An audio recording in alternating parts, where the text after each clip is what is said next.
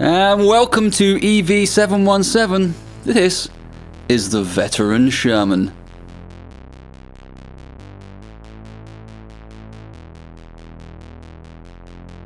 So, you've picked the Veteran Sherman as your first EUC.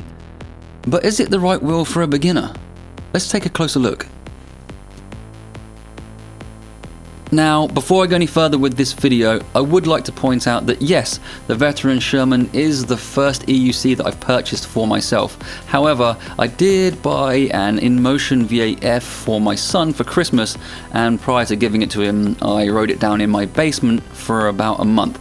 So I had the basics down before actually stepping onto the Sherman for the first time.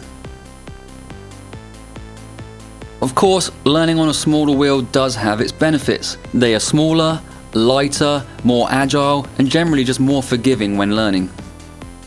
But that said, this doesn't mean the Veteran Sherman isn't a great wheel to learn on. There's just a couple things you have to take into consideration before stepping on. Now, the first thing I'm going to point out here is the weight of the wheel. Yes, the Veteran Sherman is heavy. However, as you progress on this wheel, you will start to see the weight as a benefit. It's stable, it just feels planted. And all of this can help at faster speeds, but we're going to talk about that later. Now, you might have heard and read in other reviews that this EUC is not an agile wheel. And it's true, the Veteran Sherman is no ballerina. But this doesn't mean that you can't throw this thing around. Just understand that it might take a little bit more practice to get this thing dancing. Getting a pallet of bricks to do a pirouette takes time. Speed. Now, let's be honest with each other here. The speed is one of the main reasons you've picked the Veteran Sherman. And what you've heard is true. This wheel is fast.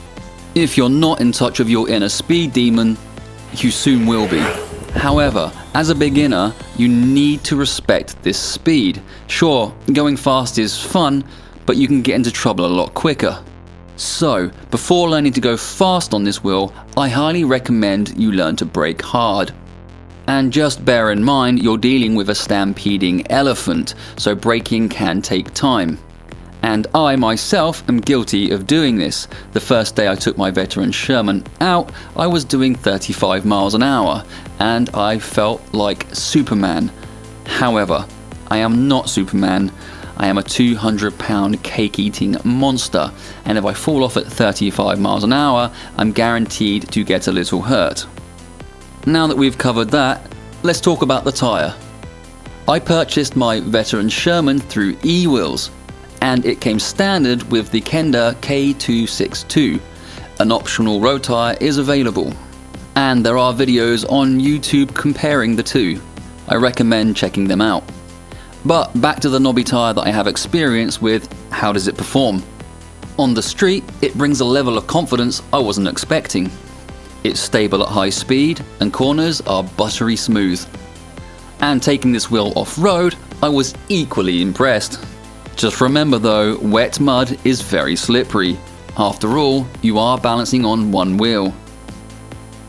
Let's talk pedals. As a beginner, I think you will find the footplates very comfortable. They are not the widest, but they are long and offer plenty of grip. The pedals do seem to sit a little low. However, I do think they were designed this way to give the wheel more stability, especially at high speed. And although I haven't experienced pedal scraping myself, it is something to take into consideration with this wheel. So, you finally stood on your Veteran Sherman and you've managed to get it moving forward. The next thing you might want to consider are power pads. I've heard a couple people say power pads aren't good for beginners. However, the Sherman is a heavy beast, and getting it moving forward can require quite a lot of effort. And for myself, after about 10 minutes on the Sherman, I realized I needed some assistance. Having something to push against certainly gave me more confidence in getting the wheel going.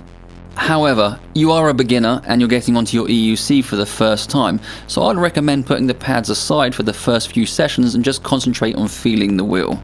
You'll know when it's time to put them on. Another accessory that might be tempting for a beginner to buy is the seat.